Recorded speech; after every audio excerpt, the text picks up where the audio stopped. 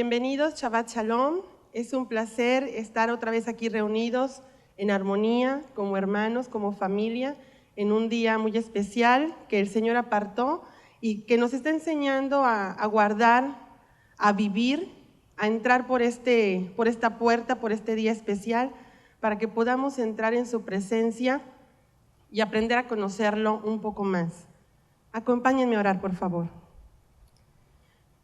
Dios de Abraham, Dios de Isaac, Dios de Jacob.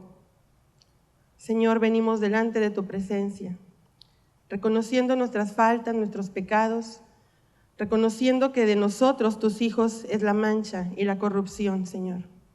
Reconociendo que hemos pecado delante de ti, yo, mi casa y el pueblo, Señor. Que por tu misericordia, Señor, es que estamos hoy aquí con vida, con aliento. Que por tu misericordia, Señor, nos has llamado y nos has apartado para enseñarnos el buen camino agradable y perfecto que nos conduce a ti. Señor, tú eres grande, temible y poderoso, creador de los cielos y de la tierra. Grande y poderoso en batalla, Señor, ¿quién como tú?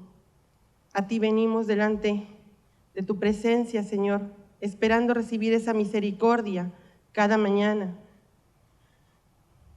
Y para que también aprendamos, Señor, a conocerte cada día más, a intimar, Señor, contigo, a alimentar la relación que hoy nos estás mostrando a través de tu Hijo, a través de tu palabra revelada, para caminar en santidad, Señor, apartados de todo lo que contamina, todo lo que corrompe, para empezar a caminar en ese camino agradable y perfecto, ese camino de rectitud, ese camino de vida, Señor, al cual tú nos has llamado.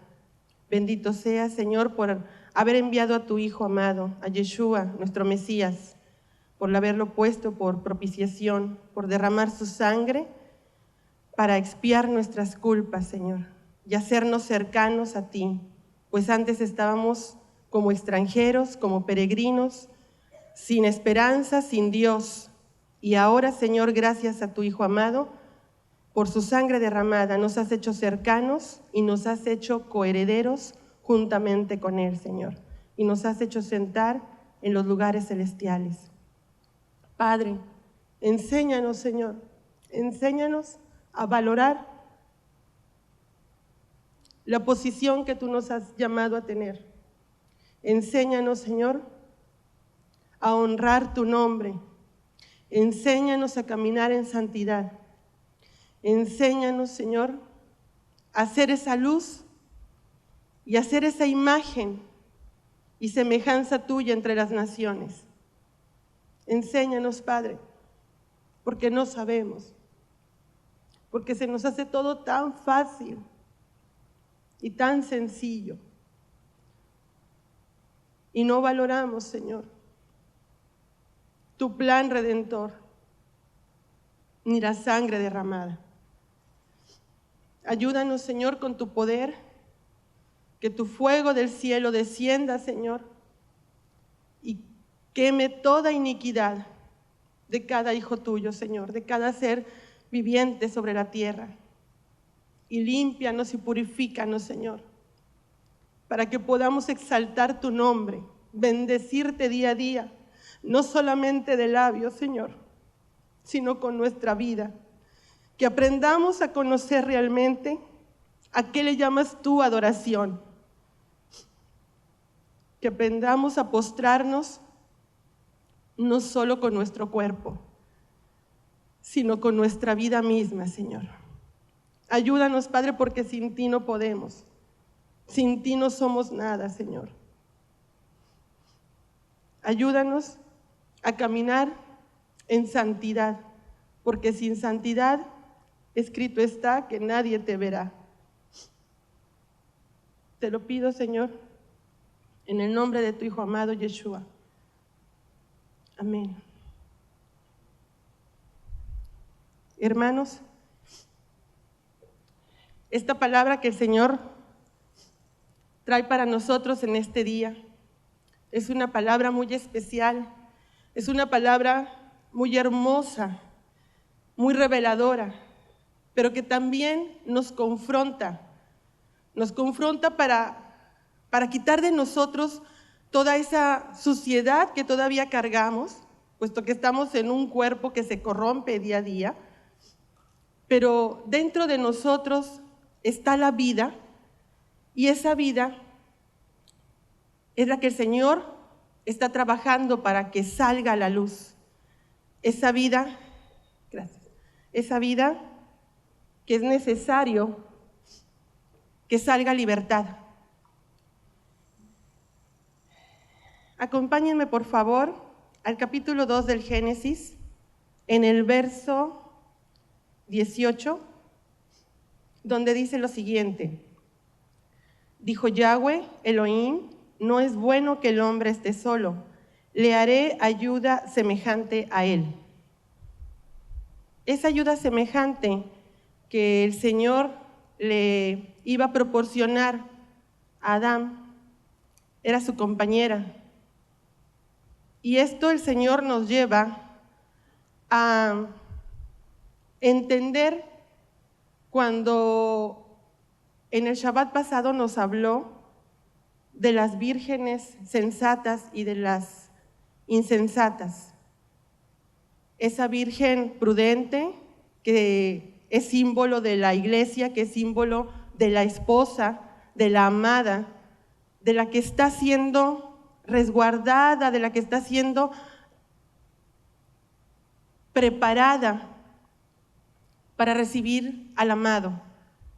Esa ayuda idónea, esa esposa de la cual el Señor nos va a hablar ahora y que tiene unas características muy importantes que con el pasar de las Escrituras y los estudios que hemos tenido, el Señor nos va quitando cada día más velos que traíamos todavía para que nuestra visión sea más clara, para que nuestra visión sea profunda y sea en base a la revelación que nos trae el hecho de estudiar la palabra por medio del Mesías, quien es el espíritu de la profecía, y que a su vez es la única manera que tenemos para conocer al Padre. No hay otra manera. Necesitamos nosotros reconocer que realmente, por la misericordia del Señor, es que hoy podemos estar aquí sentados, escuchando tranquilamente, en paz, su palabra. Esta palabra que baja desde su mismísimo trono. Nunca he dudado cuando el Señor me muestra una escritura, ni la pongo en duda, ni la cuestiono, ni siquiera me pregunto, ¿será que viene de Él? Cuando Él hace eso conmigo, inmediatamente creo esa palabra y me aferro con todo lo que tiene mi ser a esa palabra. Porque esa palabra para mí representa la vida misma. No hay nada más valioso en esta tierra que su palabra. Y es ahí donde el Señor nos quiere llevar. No solamente nos creó o nos hizo nacer para procrear una familia, sino hay un propósito mayor, un propósito por el cual nos puso en esta tierra y en el tiempo en que ahora nos encontramos. Y ese propósito es el que vamos a ver a través de las Escrituras y que se relaciona con la porción de esta semana que vimos de Coré, en la Parashat, donde el Señor nos está mostrando lo difícil e importante. Difícil, ¿por qué? Porque sin el Señor no podemos caminar. Y lo importante que tiene que ser para nuestras vidas su palabra y cuando Él nos habla. Coré, un levita, quien vio de cerca la manifestación del Señor cuando sacó al pueblo de Egipto y vio señales y maravillas. Y en el transcurrir del caminar por el desierto, también vio manifestaciones del Señor cuando el pueblo tuvo hambre, cuando el pueblo tuvo sed. Pero eso no fue suficiente para este hombre, porque se levantó en rebeldía en contra de Moisés, en contra de Aarón, pero sobre todo en contra del Señor, la autoridad suprema, el Dios creador de todas las cosas. ¿Cuántos de nosotros no hemos tenido en nuestra vida al menos una manifestación del Señor donde le hayamos podido ver y con esa una es suficiente para que nosotros nos mantengamos adheridos a Él por medio de su palabra? Y que no presentemos la conducta y el carácter de Coré, que viendo de cerca esas manifestaciones, se levantó en rebeldía y se olvidó del Dios único y verdadero. En la escritura de Números, capítulo 16, nos detalla paso a paso lo que se desenvolvía detrás, en las tinieblas, en la oscuridad, lo que se estaba gestando por medio de Coré y los que le acompañaban, rebelándose en contra de la autoridad del Señor. Al punto de que el Señor llegó a decirles, por medio de Moisés, cítalos en la tienda de reunión porque voy a hablar. Y ahí les dirás, ¿no era suficiente, Coré, con la tarea que te asigné de estar sirviendo en el tabernáculo? ¿No fue suficiente que te haya yo separado y consagrado para que estuvieras cerca de mí en las tareas que yo te asigné? Que ahora te levantas en rebeldía y buscas a tu manera, por tus medios, estar dentro del sacerdocio.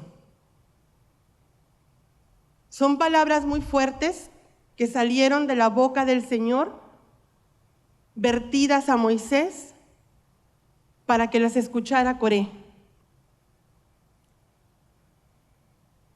Esta rebeldía que tuvo Coré desencadenó mucha mortandad, desencadenó tristeza, llanto, juicio. Y es lo que el Señor nos quiere mostrar, que todo lo que nosotros hacemos en obediencia trae una recompensa. En desobediencia acarrea calamidad, acarrea juicio. La orden del Señor era apartar a Coré del resto del pueblo y con él todos los que se levantaron en rebeldía. Y el veredicto fue dado. El Señor había estipulado que la tierra se abriría su boca para que tragara a Coré, a Datán y a Abiram y a los 250 que con él se levantaron. Moisés habló esta palabra de juicio que inmediatamente se cumplió.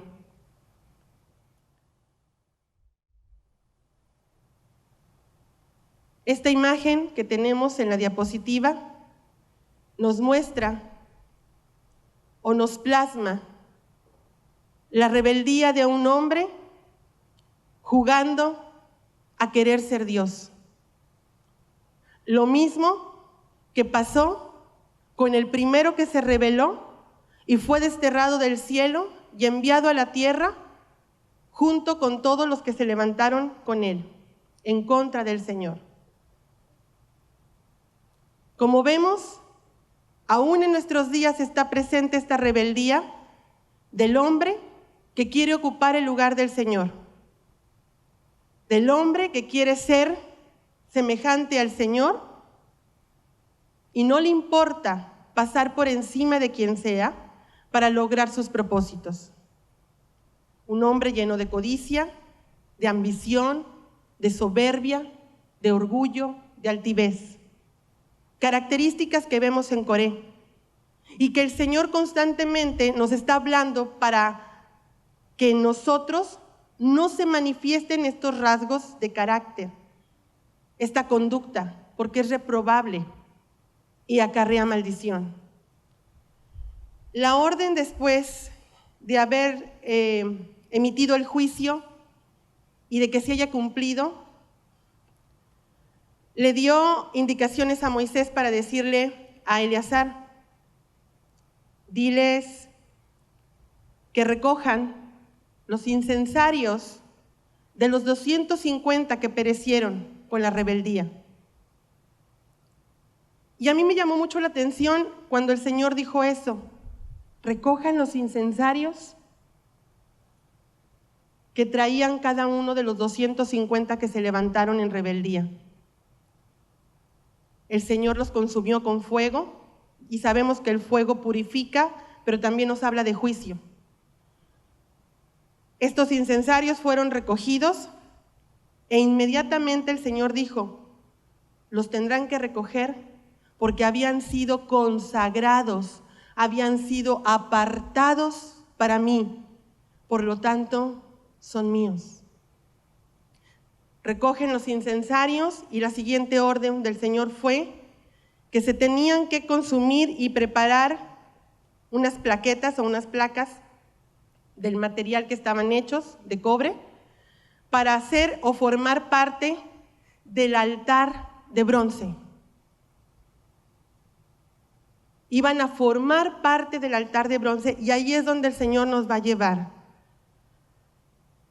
A este altar de bronce, una placa de metal en la que se convirtió todos los 250 incensarios para formar parte de este elemento que vemos en la pantalla. Con los incensarios de los que pecaron contra sus almas, harán planchas martilladas para recubrir el altar, por cuanto los acercaron ante Yahweh y están consagrados. Serán pues por señal a los hijos de Israel. Esto viene en Números 16:38. Ahora, ¿por qué el Señor nos llevó hasta el punto del altar de bronce? ¿Qué era lo que ahí se hacía? ¿Para qué servía el altar de bronce? ¿Qué uso específico el Señor le dio a este elemento especial dentro del tabernáculo de reunión y después dentro del templo del Señor?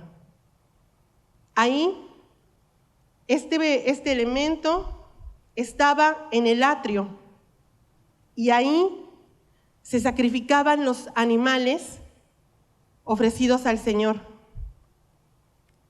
Y esto nos lleva a nosotros, porque hay 3 elementos que el Señor nos va a mostrar que son importantes. Y otra vez 3. Este número es repetitivo, es constante en toda su palabra, porque nos habla de fruto, pero no solamente de fruto, nos habla también de la identidad de los hijos de Dios. Aparte del altar de bronce, también está el altar del incienso. Pero el altar del incienso no era de bronce, era de oro. Pero también está otro tercer elemento, el arca del pacto, la cual también era de oro. Estos 3 elementos son símbolo de ti y de mí. ¿Por qué? Porque nosotros o somos un altar de bronce hoy, o somos el altar de incienso, o somos como el arca del pacto del Señor. Y están relacionados estos 3 elementos con el tabernáculo y las 3 divisiones que había en él: el lugar santo, el lugar santísimo y el atrio. El altar de bronce se encontraba en el atrio. El altar de incienso se encontraba en el lugar santo. Y el arca del pacto se encontraba en el lugar santísimo.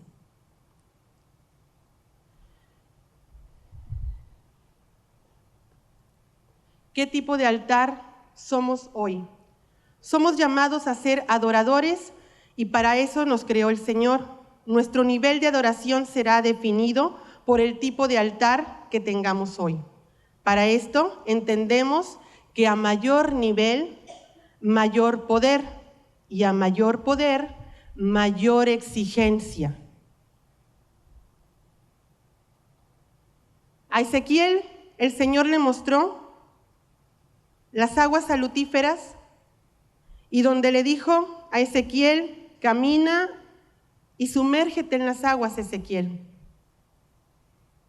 Eso mismo le estaba mostrando el Señor, recordando en la mente de Ezequiel estos tres elementos: el altar de bronce, el altar de incienso y el arca del pacto. Hablábamos de adoración y en los cantos el Señor nos habló también de adoración. Pero esa palabra que tanto pronunciamos, pero que poco conocemos y mucho menos vivimos, es tan importante para el Señor que hoy quiere que esta palabra nos quede tan clara que nos vayamos a nuestra casa al terminar el estudio y haga eco en nosotros constantemente para que ahora mi vida dé un giro completo en la dirección opuesta a la que yo voy.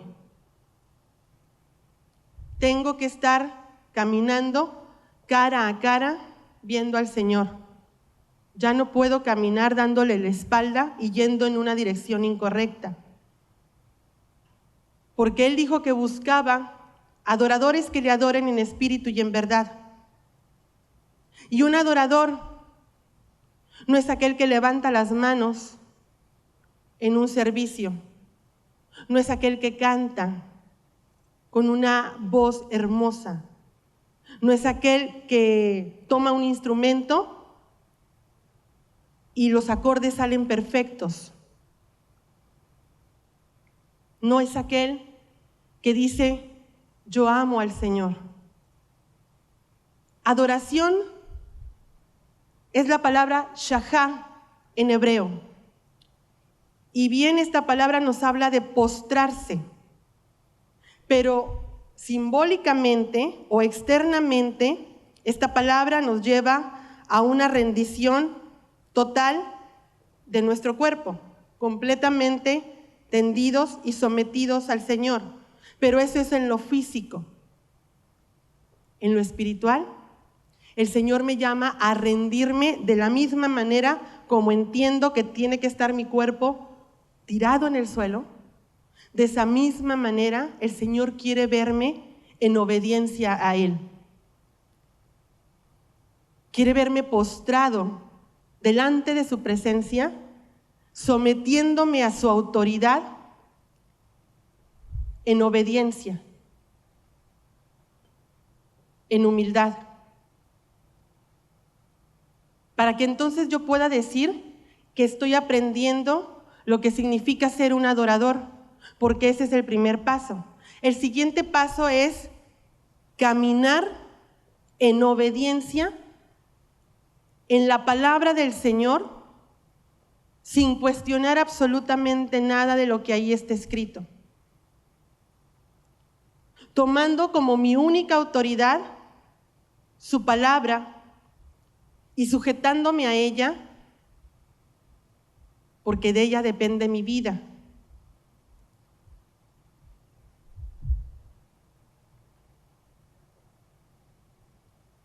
Dentro del tabernáculo, como lo mencionaba, existen 3 muebles importantes en los cuales se elevaba la adoración al Señor. El altar de bronce, que viene descrito en la escritura de Éxodo 27, el altar de oro o incienso, que viene descrito en Éxodo 30, y el arca del pacto, que nos la detalla en Éxodo 25. Cada uno de estos muebles nos enseñan un nivel de adoración, santidad y poder que como hijos de Dios tenemos o debemos estar viviendo.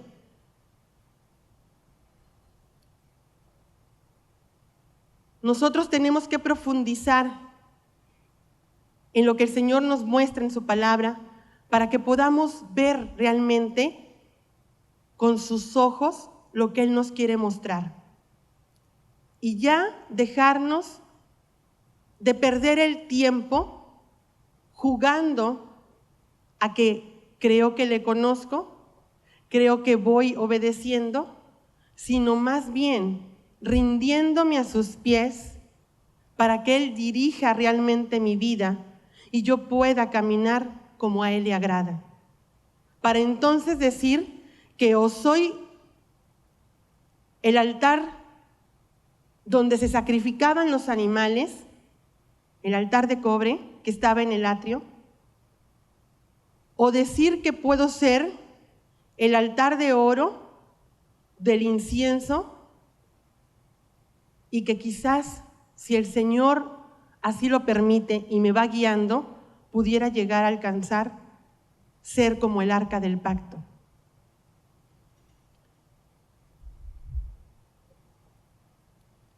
El altar de bronce estaba recubierto de bronce, el mueble debía ser hueco, de madera, de acacia, estaba ubicado en medio del atrio, justo después de la puerta. En el lugar donde los sacerdotes, era el lugar donde los sacerdotes ofrecían los sacrificios por el pecado del pueblo, y la sangre del animal cubría el altar de forma constante. Ahora, esto es muy importante porque este mueble que estaba en el atrio estaba justo después de la puerta. Ahora, ¿cuál puerta?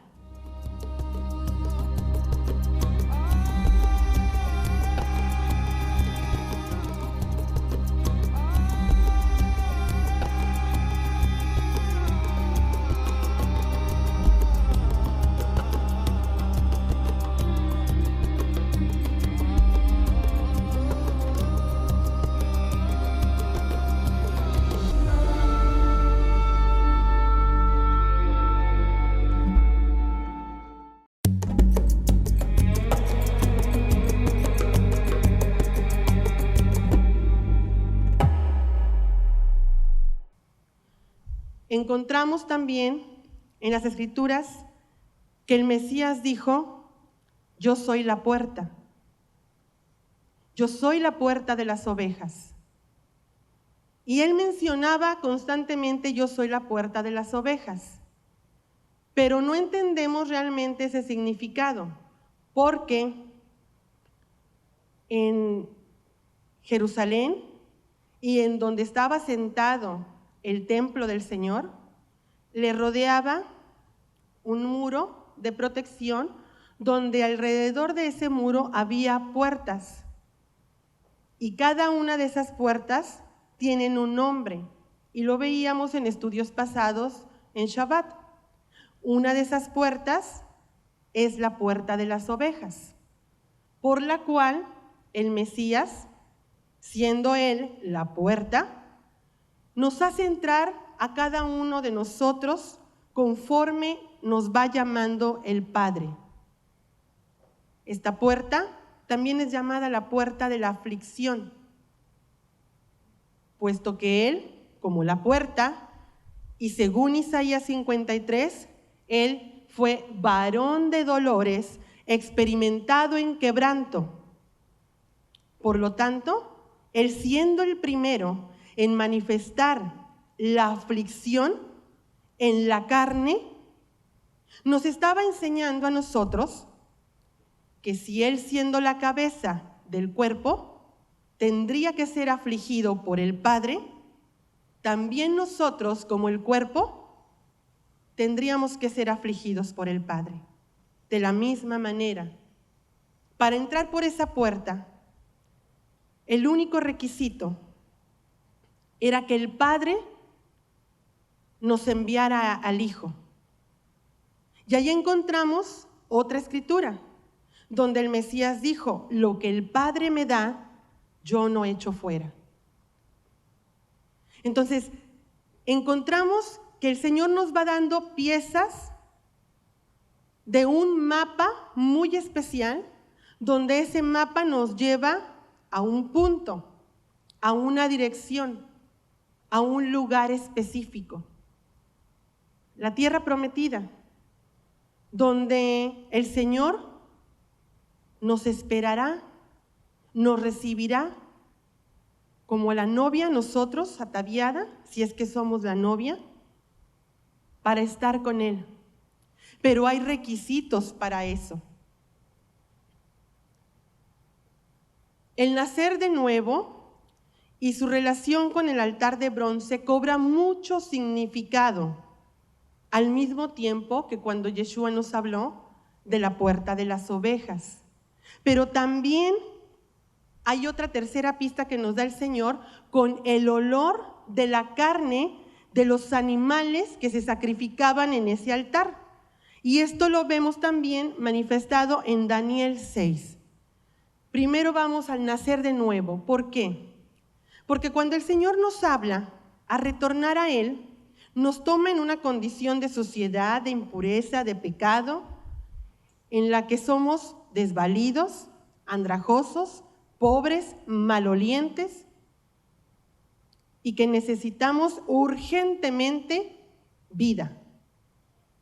Y para ello, el Señor ya nos llama cuando Él ve que ya está preparada la tierra para recibirle.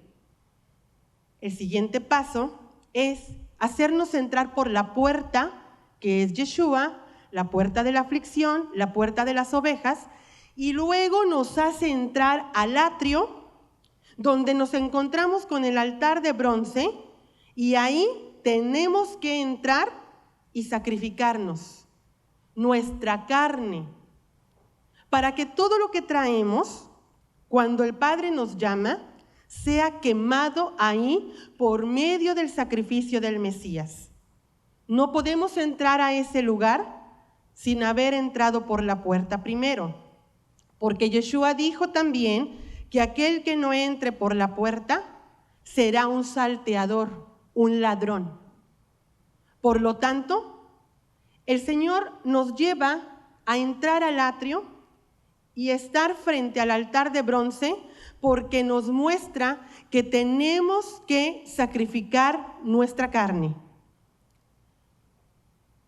Está escrito también como ordenanza que habían sacrificios diarios, constantes, donde se ofrecían los animales para expiar la culpa de cada uno de las personas, de los miembros de una familia.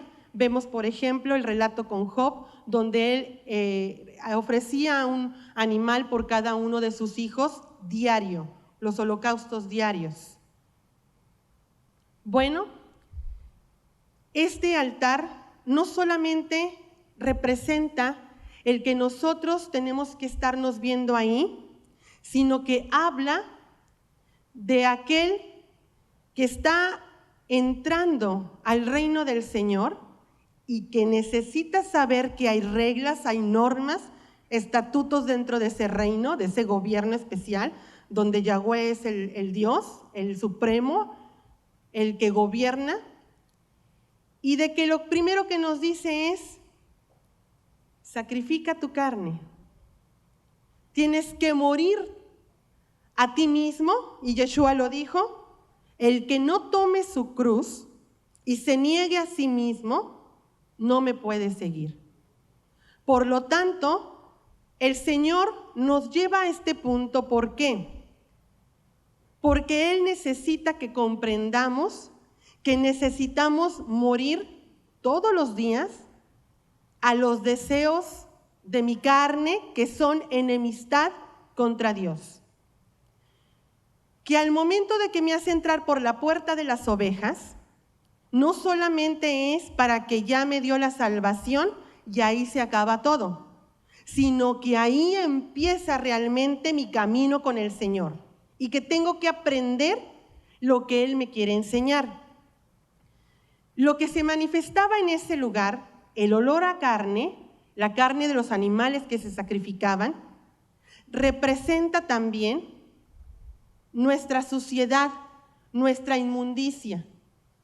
Todo lo que traemos pegado, todo lo que traemos adherido, que le ofende al Padre, ahí se tenía que quemar.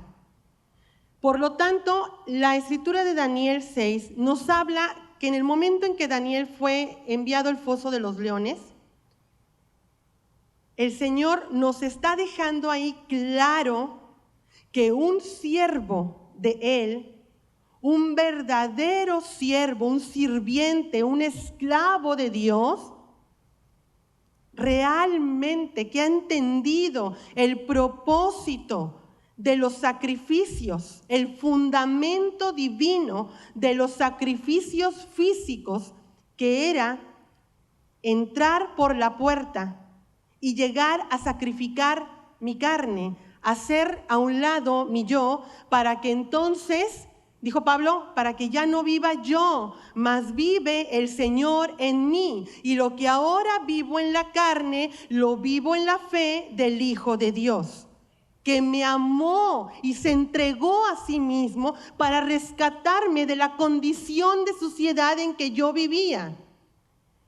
Una vez que Daniel fue puesto en el foso de los leones, donde pudieron haberlo devorado, la Escritura nos muestra claramente esto que vemos en la diapositiva. ¿Por qué? Porque el olor que manifiesta el altar de bronce es olor a carne, a animal que se está quemando constantemente, y habla de un creyente, y digo creyente, mas no discípulo, un creyente que no ha dejado su vida pasada y que ha entrado por la puerta y se ha quedado en la puerta y constantemente tiene que estar sacrificando su carne porque no ha aprendido a buscar al Señor, porque no ha entendido el propósito de haber entrado por esa puerta y pensar que solamente es quedarse parado y resuelto el problema. Así es. Entonces, ¿qué pasa en este momento ahí?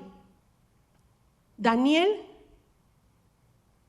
un siervo fiel del Señor, un siervo disciplinado, un siervo constante, un siervo maduro en el conocimiento del Padre, ya no él estaba en el altar de bronce, porque él ya no olía a carne.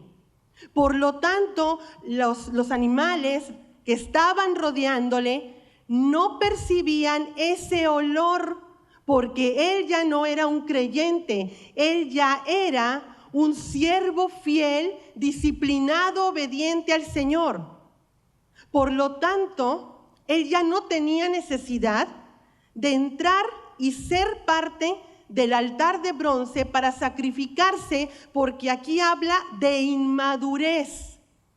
Inmadurez. El altar de bronce nos lleva a nosotros al momento en el que el Señor nos mete por la puerta y nos enseña que hay un proceso, que hay un camino, que tenemos que caminar, que llevar para Él, para que le pueda agradar. Pero el que permanece después de un tiempo en este altar no ha entendido el propósito de haber entrado, porque se acostumbró, igual que el pueblo de Israel, a pecar y llevar el animal, a pecar y llevar el animal, a pecar y llevar el animal. Por lo tanto, es un creyente que solamente se quedó en la puerta y puede pasar años en esa puerta y no haber madurez y no haber crecimiento. Y entra dentro de las vírgenes insensatas, donde no ha comprendido el propósito de por qué el Señor mandó por expiación a su Hijo.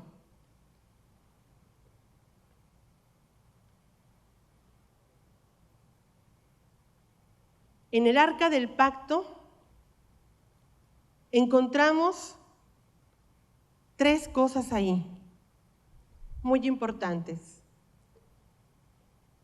La Escritura nos dice en Éxodo 25, 21, pondrás el propiciatorio encima del arca y dentro del arca pondrás el testimonio que te daré.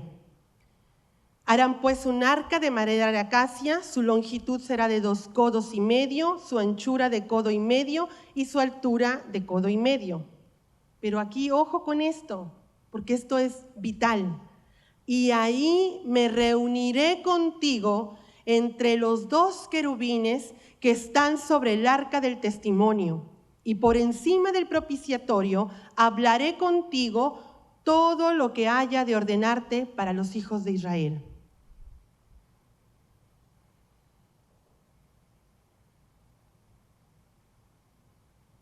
El altar de bronce representa los creyentes que han recibido la salvación y que no han entendido el propósito de por qué fueron salvados y siguen llevando su misma vida pecaminosa, y que llega el momento en que cuando hacen algo que ofende al Señor, el Señor los redarguye, sienten culpa y van y buscan la presencia del Señor, se humillan delante del Señor para recibir el perdón. Y eso hacen constantemente. Y ahí pueden pasar años con ese estilo de vida, pecando, sintiendo culpa, yendo a la presencia del Padre. Señor, límpiame, ya me limpiaste, me regreso otra vez a mi misma vida, igual, vacía, triste, donde vuelvo a transgredir tu palabra y vuelvo a sentir culpa, me redarguyes y voy a ti para que vuelvas a limpiarme. Es un ciclo que se hace un vicio. Pero nos encontramos con el altar de incienso. El altar de incienso, que estaba recubierto de oro, hecho de madera de acacia, un árbol donde la madera se hace resistente, y al ser recubierta con el oro, que nos manifiesta la divinidad del Señor, el poder del Señor para preservar la madera representas tú y represento yo. Por lo tanto, el altar de incienso recubierto de oro nos habla de discípulos que ya pasaron y entendieron el proceso del altar de bronce, que entendieron el propósito de haber entrado por la puerta, de haberse encontrado el altar de bronce, de haber entendido que tenían que sacrificar su carne y aprender a no pecar y buscar constantemente al Padre, no porque necesitaba que los limpiara, sino porque por sí mismos no podían estar ya caminando solos y necesitaban la presencia del Padre constantemente. Estos discípulos son personas que están alcanzando un nivel de madurez, de espiritualidad, de conocer al Padre, y habla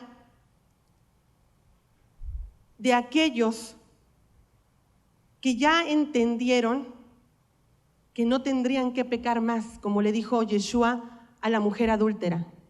Te perdono, pero vete y ya no peques más.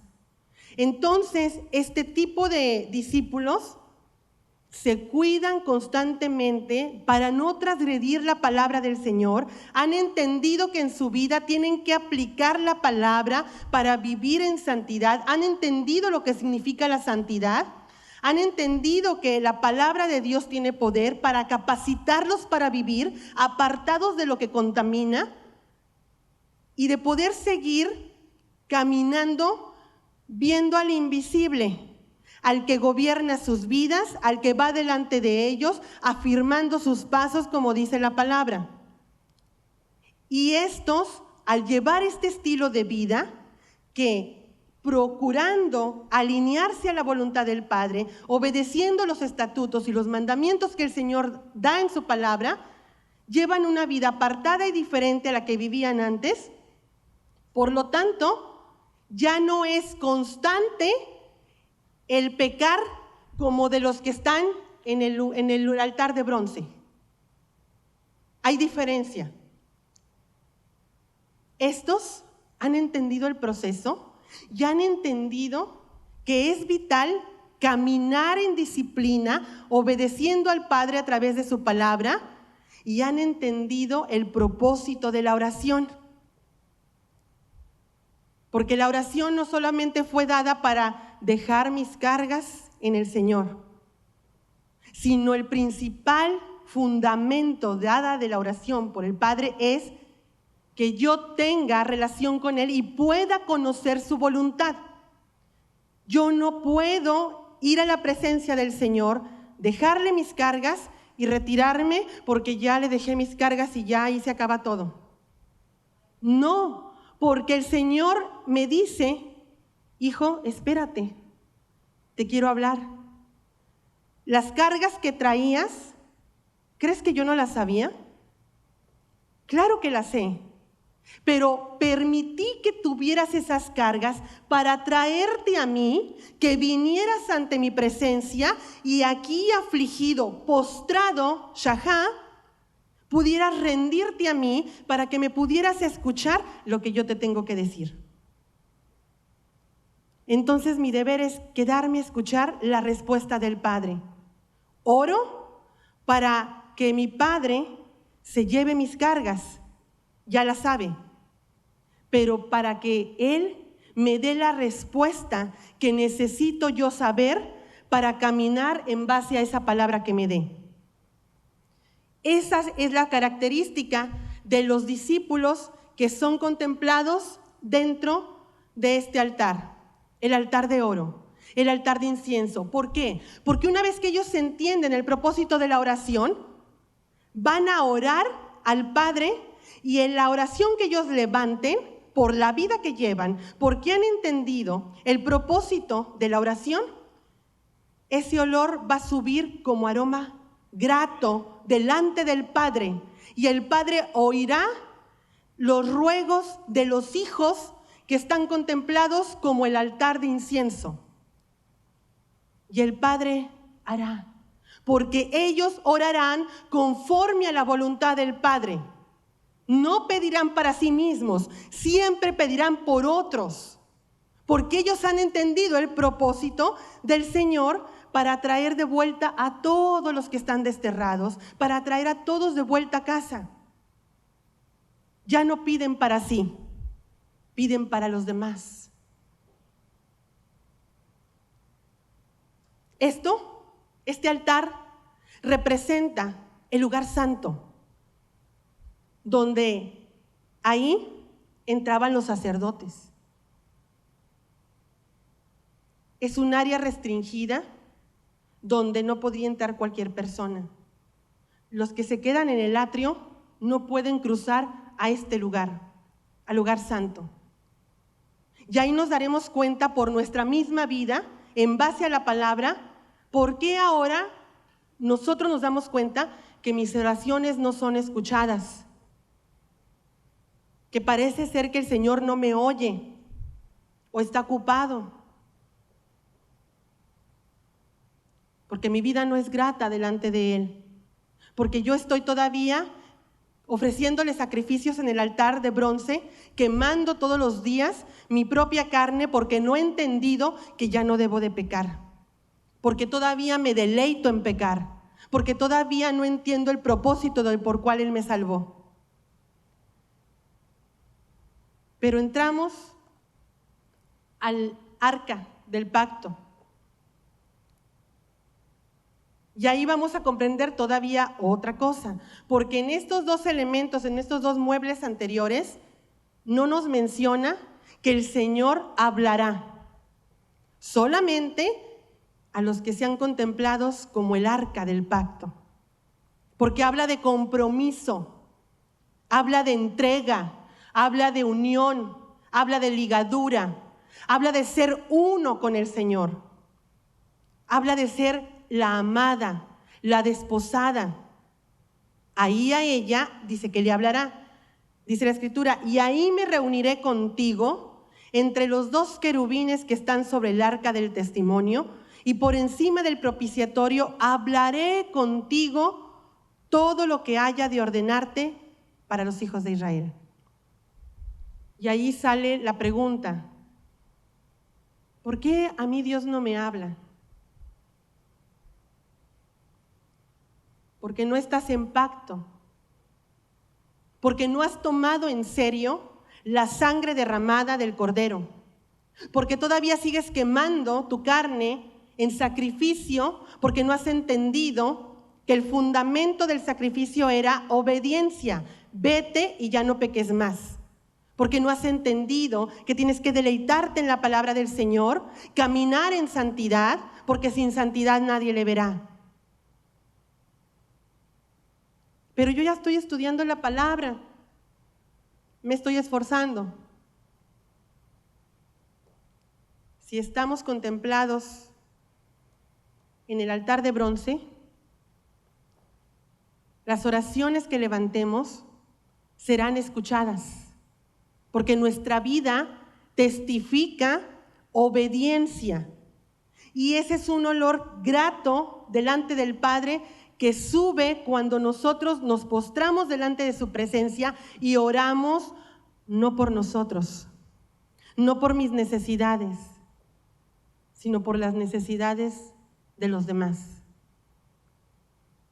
Cuando me niegue a mí mismo y tome esa cruz, entonces el Señor me verá como el altar de incienso y escuchará mi plegaria, porque será levantada con un corazón contrito y humillado, con un corazón que el Padre no rechaza, con un corazón que es conforme al de Él, porque no pedirá para sí, sino pedirá por sus hermanos, para que así como yo ahora estoy gozando de la libertad de conocerle, de la shalom que tengo en mi vida, aunque mi vida esté en un caos, el caos no me devorará porque yo tengo la paz que sobrepasa todo entendimiento.